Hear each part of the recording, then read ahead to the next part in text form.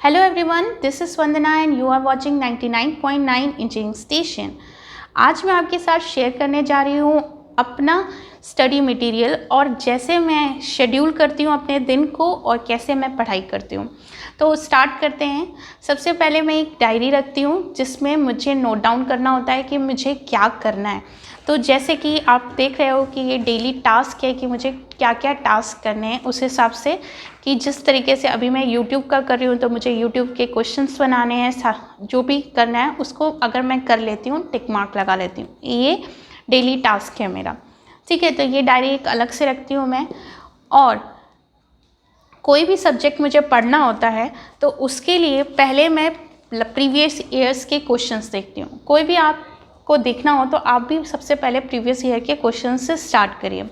तो मेरा चाहे मैं गेट दूँ या ना दूँ, मैं हर साल कुछ ना कुछ गेट से रिलेटेड बुक खरीद ही लेती हूँ, तो ताकि मुझे लेटेस्ट किस टाइप के क्वेश्चंस चल रहे हैं मुझे पता चलते रहे। तो अभी मैंने हाल फिलहाल में 2019-2020 के लिए ये ख़रीदा था बुक अरिहंत पब्लिकेशन, जो कि बहुत अच्छी बुक है, जिसको मैंने क्वेश्चन सॉल्व किए और मैंने आपको बताया भी था कि किस तरीके से एनालाइज करना है, कि किस तरीके से एनालाइज किया जाता है पेपर को मेरे ट्रिक से।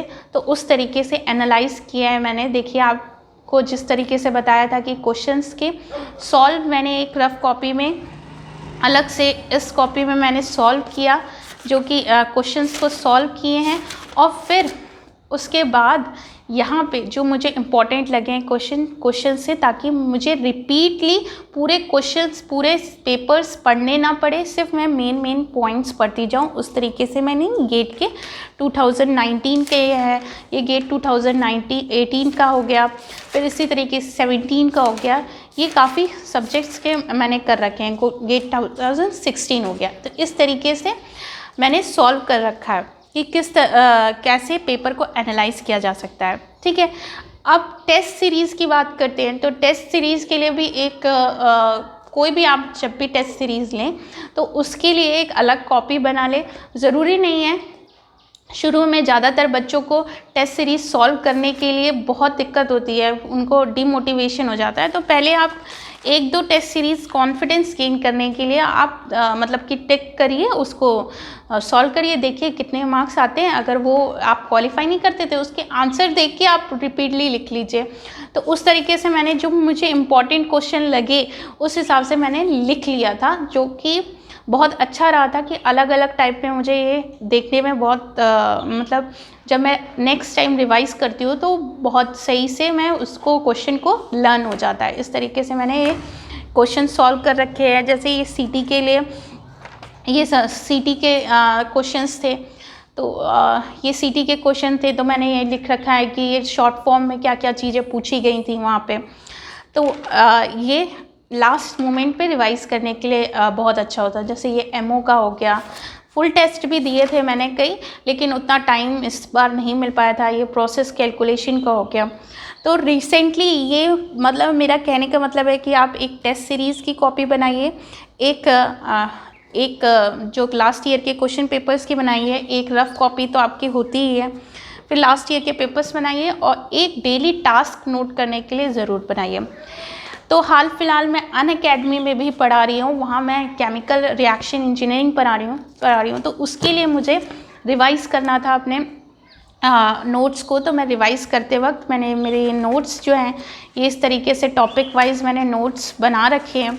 तो उस नोट्स को एक बार ब्रशअप कर लेती हूँ, फिर इससे क्वेश्चंस देख लेती हूँ। ये पूरा देखिए होमोजीनियस रिएक्शंस के ऊपर है, बेसिक नॉन आइडियल फ्लो के ऊपर है, ये सीआरई के न्यूमेरिकल्स आरटीडी पे सॉल्व किए हुए हैं।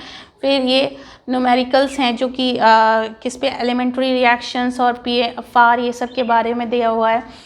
फिर इसी तरीके से ये नोट्स बना के फॉर्मूला शीट बना लिया और फॉर्मूला शीट से हम रिवाइज़ कर लेते हैं। इस तरीके से बहुत इजी पड़ता है अगर आपके पास नोट्स होते हैं। उसके बाद भी अगर जैसे अभी मेरे ज़्यादातर मेरे पास, मैं जहाँ पे अभी हूँ वहाँ पे मैं अपनी किताबें नहीं रख सकती हूँ, तो सॉफ्ट कॉपी से पढ़ाई कर लेती हूँ। तो सॉफ्ट कॉपी जो सेव कर रखी हैं, लेवेंसपिल का सॉल्यूशन था ये, जैसे लेवेंसपिल का ऑक्टेव निबल सॉल्यूशन किए हैं। तो जब अगर सब कुछ ऑनलाइन अवेलेबल है, जो मैंने आपको ऑनलाइन अवेलेबल है, रिसोर्सेज वाली चीज़ें बता रखी हैं, तो उसमें आप देख सकते हैं कि कहाँ कहाँ से आप नोट्स भी ऑनलाइन ले सकते हो। ये मेरे पास एक बुक थी गवानी, जो CRE की रिसेंटली मुझे अभी किसी ने दी थी, तो मैंने कहा कि इसको भी देख लेते हैं एक बार कि क्या मेरे नोट्स में इससे रिलेटेड कुछ छूट रहा हो। कुछ इसमें भी न्यूमेरिकल्स अच्छे दिए हुए हैं, बेसिक, जो जिसको बिल्कुल भी नहीं आती है CRE, वो इससे सीख सकता है गवाने से। तो इस तरीके से बेसिक कोई फैंसी अरेंजमेंट नहीं होता है। एक मुझे रफ़ कॉपी चाहिए होती है, एक मुझे पेन चाहिए होता है, और मेरे नोट्स चाहिए होता है। अगर नोट्स भी नहीं है तो सिंपली मुझे मेरा टैबलेट चाहिए होता है, और मैं उस टैबलेट से जो भी मुझे पता चलता है कि यहाँ ये देखना है या वो पढ़ना है, तो मैं उससे पढ़ लेती हूँ। तो ज़्यादा डिफ़िकल्ट नहीं होता है ऑनलाइन पढ़ने में भी। ज़रूरी नहीं है कि आप कोचिंग करें, ऑनलाइन भी एवरीथिंग अवेलेबल है आजकल। तो बस आपको थोड़ा सिस्टमेटिक रहना पड़ेगा और फिक्स करना पड़ेगा, इतना टाइम हमें देना ही देना है। तो अगर उस स्ट्रैटेजी से आप चलेंगे तो ज़रूर डेफिनेटली आपको आपका गोल अचीव कर पाएंगे। तो आई होप कि मैं कुछ सपोर्ट कर सकूं आपके लिए। तो अगर आपको लगता है कि मैं आपको सपोर्ट कर सकती हूं, मेरी कोई भी इंफॉर्मेशन आपके लिए बेनिफिशियल होगी आगे फ्यूचर में, तो मेरे चैनल को सब्सक्राइब कर लीजिएगा और शेयर ज़रूर करिए, लाइक ज़रूर करिए, और वीडियोस को देखिए ज़रूर, और टाइम टू टाइम। इसके बाद मैं नेक्स्ट रोज़ मैं 30 मिनट या 1 आवर स्टडी विथ मी करूँगी, जिसमें मैं अपने नोट्स पढ़ूँगी और किस तरीके से पढ़ रही होंगी, रिवाइज़ कर रहे होंगे फ्रिक्वेंटली, तो वो मैं आपको दिखाऊँगी अगर हो सका तो, अगर टाइम मिला तो। नहीं तो फिर मैं आपको जिस तरीके से टेस्ट सीरीज़, क्योंकि अभी पोस्ट गेट क्योंकि गेट फिनिश हो चुका है, अब या तो आप MTech, PhD या PSUs के लिए इंटरव्यू के लिए तैयारी करने की ज़रूरत है। तो इसलिए मैं आपको अभी इंटरव्यू सीरीज़ स्टार्ट कर रखी है मैंने, वही चलेगी, और साथ में कुछ कुछ टॉपिक भी चलेंगे। तो प्लीज़ देखते रहिए, और तब तक के लिए thank you very much and have a nice day.